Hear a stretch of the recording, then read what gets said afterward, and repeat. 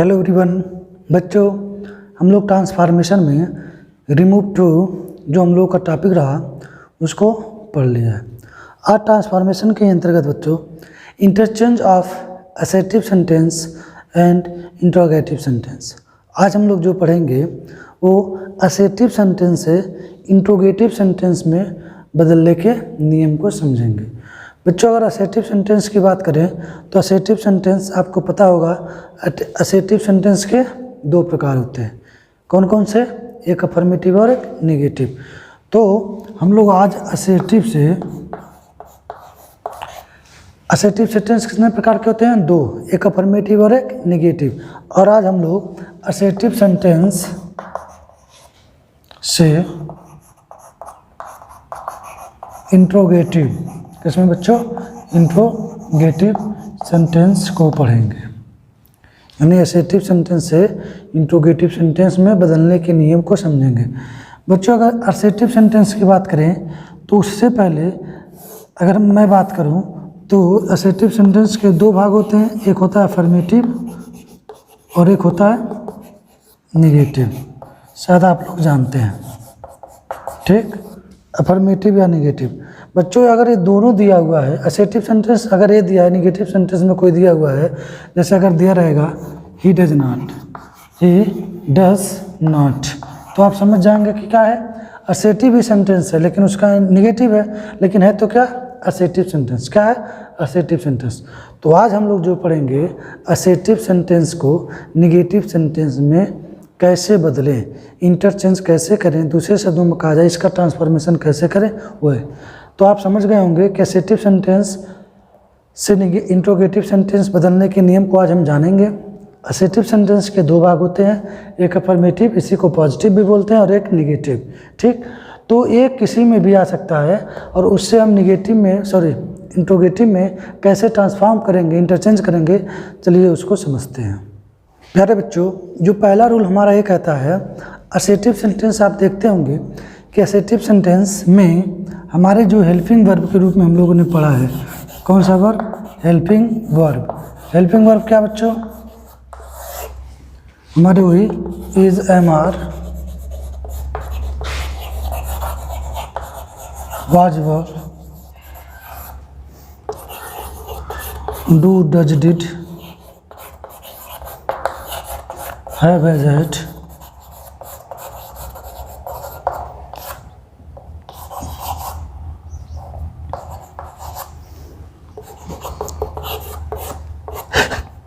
Will, can, कहते तो it is, यही सब हमारे क्या हेल्पिंग वर्ब है। तो रूल क्या कह रहा है, यदि कोई वाक्य दिया हुआ है, कोई सेंटेंस दिया हुआ है और वो असर्टिव सेंटेंस में हो, किसमें हो? Assertive sentence. तो बच्चों, असर्टिव सेंटेंस अगर अफर्मेटिव में हो, किसमें हो? अफर्मेटिव। असर्टिव सेंटेंस अगर अफर्मेटिव में हो तो रूल ये कहता है कि जब हम उसका इंट्रोगेटिव करेंगे, क्या करेंगे? इंट्रोगेटिव, तो हम उसको नेगेटिव में बदल देंगे। यही तो ट्रांसफॉर्मेशन में पहले दिन हम लोगों ने समझा था। अगर वाक्य अफर्मेटिव में है तो हम उसको नेगेटिव में कर देंगे, अगर नेगेटिव में तो अफर्मेटिव। कहने का तात्पर्य, अगर नॉट का प्रयोग है तो नॉट हटा देंगे, अगर नॉट का प्रयोग नहीं है तो नॉट लगा देंगे। जैसे बहुत पुराना उदाहरण आपके सामने होगा, Tagore was a great poet. आप ये शायद याद भी कर लिए होंगे, ये ऐसा उदाहरण है, Tagore was a great poet, ठीक। तो बच्चों, ये आपको दिख रहा होगा कि आपका किस में है? असर्टिव सेंटेंस में है। ये किस में है? Assertive sentence. असर्टिव का कौन सा है? आप कहेंगे नेगेटिव है। क्या है? नेगेटिव। तो वाक्य क्या है? गलत। क्यों? क्योंकि ये असर्टिव का पॉजिटिव सेंटेंस है, ठीक। अब अगर हम इसको इंट्रोगेटिव में ट्रांसफॉर्म कर रहे हैं, किसमें बच्चे? ट्रांसफॉर्म अगर हम इंट्रोगेटिव में करें तो देखेंगे हेल्पिंग वर्ब इसका क्या है? वाज। तो हम सबसे पहले वाज को लिखेंगे वाक्य के शुरू में, was Tagore not a great poet. और यहाँ बच्चों क्वेश्चन मार्क। अगर हम क्वेश्चन मार्क लिखते हैं, लास्ट के अंत में क्वेश्चन मार्क वहाँ इंक्लूड करते हैं, तभी ये वाक्य इंट्रोगेटिव में होगा, अन्यथा इंट्रोगेटिव में नहीं होगा। शायद आप उदाहरण समझ पा रहे होंगे। बच्चों देखो ध्यान से, यहाँ लिखा हुआ Tagore was a great poet. आपको यहाँ कहीं नॉट लिखा हुआ मिला नहीं, यानी अफर्मेटिव में। किसमें? अफर्मेटिव में। लेकिन जब हम इंट्रोगेटिव बनाएंगे तो इंट्रोगेटिव का निगेटिव बनेगा। और वो कैसे होगा?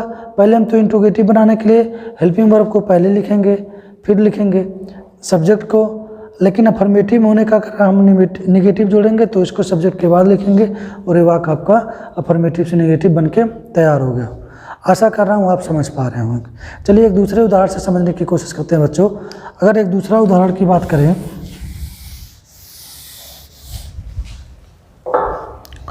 जैसे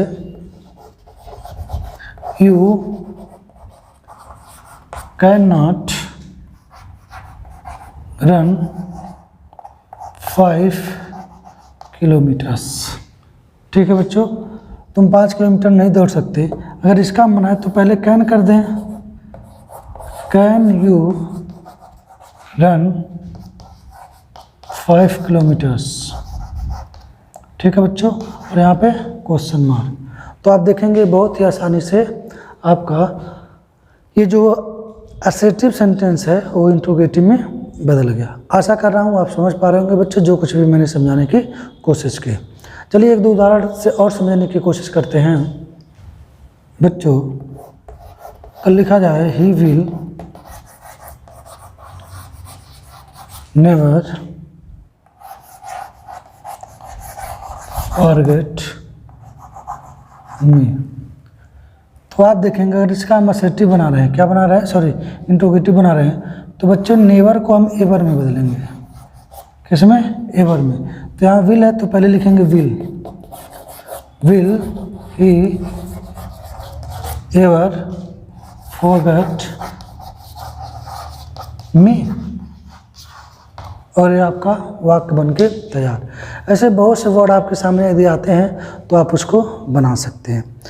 और अगर आपको वाक्य में कहीं नो वन, सम वन, एनी वन, अगर ऐसे भी वर्ड मिलते हैं, जैसे अगर मैं कहूँ नो वन नोज यू, अगर इसका बनाना हो बच्चों no one knows you,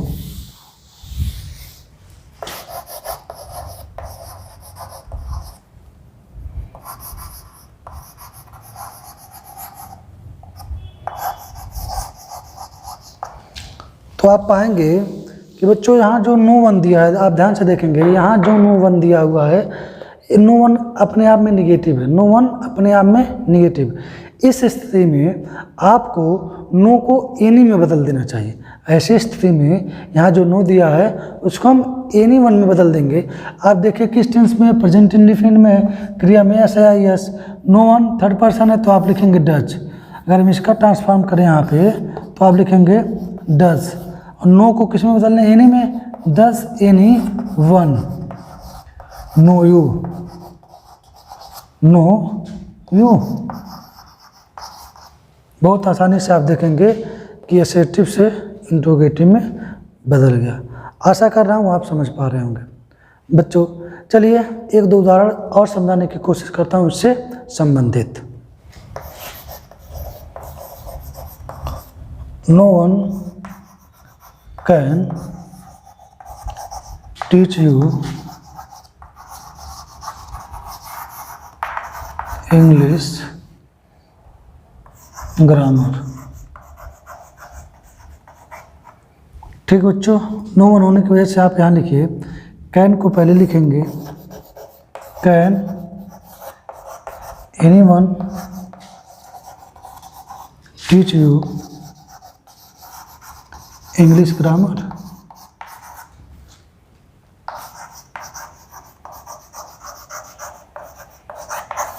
question mark लगाना आप ना भूलें। यदि आप वहाँ क्वेश्चन मार्क लगाना भूल जा रहे हैं बच्चों तो इंट्रोगेटिव सेंटेंस नहीं होगा।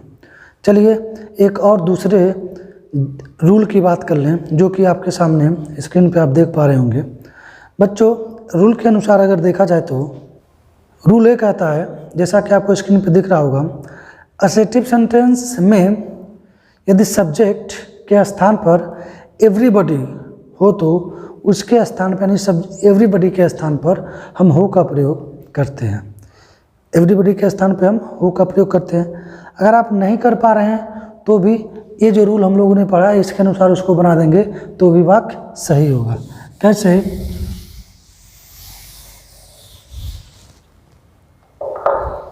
जैसे अगर मैं कहूँ आपको समझाने के लिए, एवरीबॉडी नोज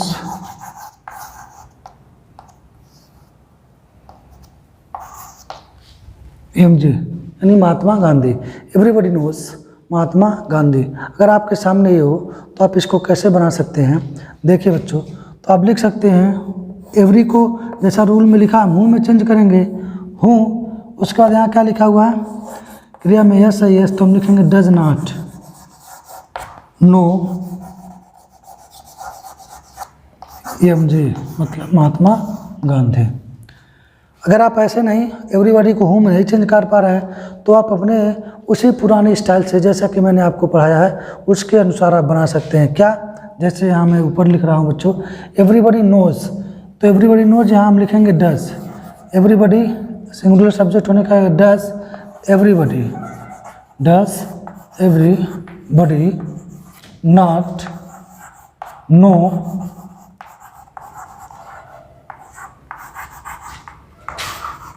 तभी ये वाक्य आपके सामने जो दिख रहा है बच्चों वह सही होगा। जो आपके सामने है वाक्य, या तो एवरीबॉडी के स्थान पे आप हुक लिखिए, हुक के साथ जो हमारा सिंटेक्स किस प्रकार से कार्य करता है, वाक्य का रूल बनाने का कौन सा तरीका, जैसा कि आप बेसिक इंग्लिश ग्रामर में सीख चुके हैं, आप उसको उसी बेस पे रखते हुए चले जाएंगे, बहुत ही आसानी से सीख पाएंगे। बच्चों हम पहले जो क्लास पढ़े हैं ना, वह क्यों पढ़ाया गया, क्यों इसकी आवश्यकता पहले ही थी, कारण आपको यहाँ दिख रहा होगा कि किस प्रकार से अगर हम सेंटेंस के निर्माण की प्रक्रिया को जान लिए तो आने वाला जितना भी ग्रामर हमारे सामने होगा, कोई भी टॉपिक हो व्याकरण का, ग्रामर का, तो आप बहुत ही आसानी से उसको कर पा रहे होंगे। अदरवाइज़ अगर आप पहले वो क्लास नहीं लिए हैं, अगर वो वीडियो आपके सामने है और आपने देखा भी नहीं है, तो आप लोग पहले उसको ज़रूर देखें।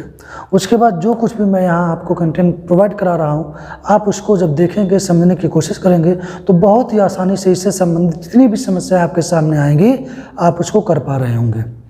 चलिए, आशा कर रहा हूँ कि जो कुछ भी आज मैंने आपको यहाँ समझाया या अभी पढ़ा जा रहा है, आप समझ पा रहे होंगे।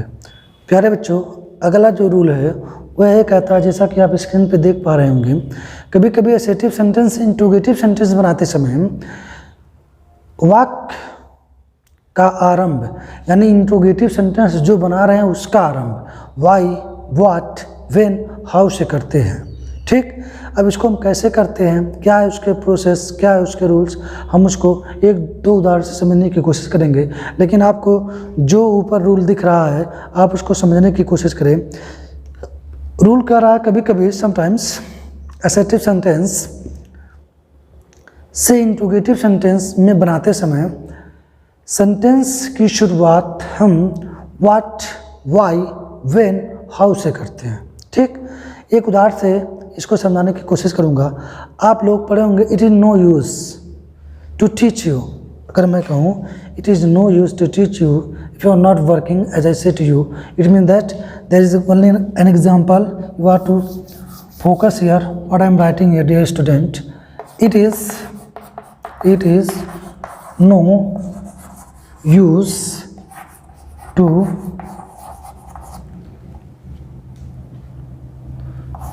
Teach you. कहीं कहीं इसी वर्ड को बहुत से लोग ऐसे लिख देते हैं, it is no good to teach you, it is no good to teach you. बच्चों जब ऐसा दे, जब हम इसको ट्रांसफॉर्म करें, जब इसको हम ट्रांसफॉर्म करते हैं किसमें, इंट्रोगेटिव में, तो हम लिखते हैं व्हाट। क्या लिखते हैं? व्हाट। व्हाट के साथ यहाँ एडजेक्टिव क्या दिया है बच्चों? Good. What, good. Is it. आप ये जो इसका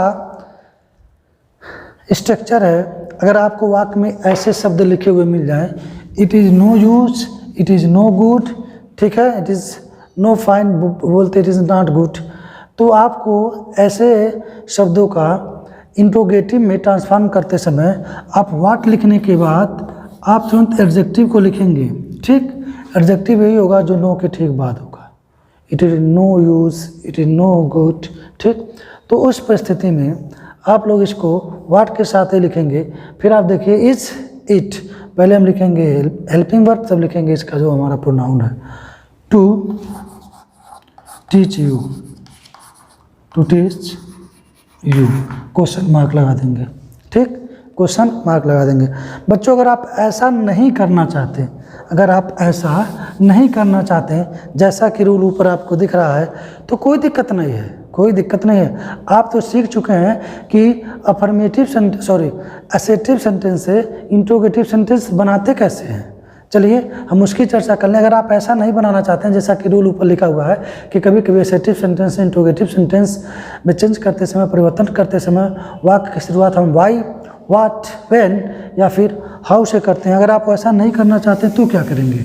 तो उसके लिए सीधा सा और सबसे आसान फंडा है प्यारे विद्यार्थियों कि आप इसको हेल्पिंग वर्ब बना करके पहले लिख दें इज, फिर लिख दें इट। अभी आपने पढ़ा है नो को हम बदलेंगे एनी, किसमें? Any good, to teach you. अब आप देखिए अगर आपको बदलने में समस्या हो रही तो ये हम सीख चुके हैं ना कि हेल्पिंग वर्ब को पहले कर दें, यानी हेल्पिंग वर्ब को पहले कर दें, सब्जेक्ट को बाद में करें, क्वेश्चन मार्क बन गया। अब यहाँ नो ऑलरेडी दिया, अफर्मेटिव बनाना है तो हमको लिखना है एनी, नो को हम एनी में चेंज कर देंगे। तो बहुत ही आसानी से आप ऐसे सेंटेंस का इस प्रकार के इंट्रोगेटिव में परिवर्तन कर देंगे। ठीक बच्चों, एक जो कि परीक्षा में कई बार पूछता है, जैसे अगर उदाहरण की बात करें, ये उदाहरण बहुत ही इम्पोर्टेंट है, it is very very important example, that is their glory can never fade. बच्चों it's very important example for your exam. ये परीक्षा में कई बार पूछा है, इसलिए मैं कह रहा हूँ अगर आप इसको समझ लें तो बच्चे यहाँ हमने लिखा है नेवर। नेवर किसका बोध कराता है बच्चों? आप सबको पता है टाइम, किसका? टाइम। अगर देखा जाए तो ये एडवर्ब है, एडवर्ब ऑफ टाइम, हम इसको एडवर्ब ऑफ टाइम बोल सकते हैं, एडवर्ब ऑफ टाइम। अब टाइम को पता करने के लिए आप क्वेश्चन वर्ड यूज करते हैं जिसको बोलते हैं व्हेन। क्या बोलते हैं? व्हेन। टाइम का पता करने के लिए हम व्हेन या व्हाट का प्रयोग करते हैं, व्हाट टाइम, व्हेन, शायद आप लोगों ने पढ़ा होगा। तो यहाँ देखिए नेवर है तो हम पहले लिखेंगे व्हेन। क्या लिखेंगे बच्चे? व्हेन। क्यों? क्योंकि हम इंट्रोगेटिव सेंटेंस बना रहे हैं। क्या बना रहे हैं? Interrogative sentence. इसके बाद हेल्पिंग वर्ब आपका आएगा can. When can their glory fade. यहाँ क्वेश्चन मार्क लगा देंगे और देखेंगे कि बहुत ही आसानी से आप असर्टिव सेंटेंस को इंट्रोगेटिव सेंटेंस में बदल चुके हैं।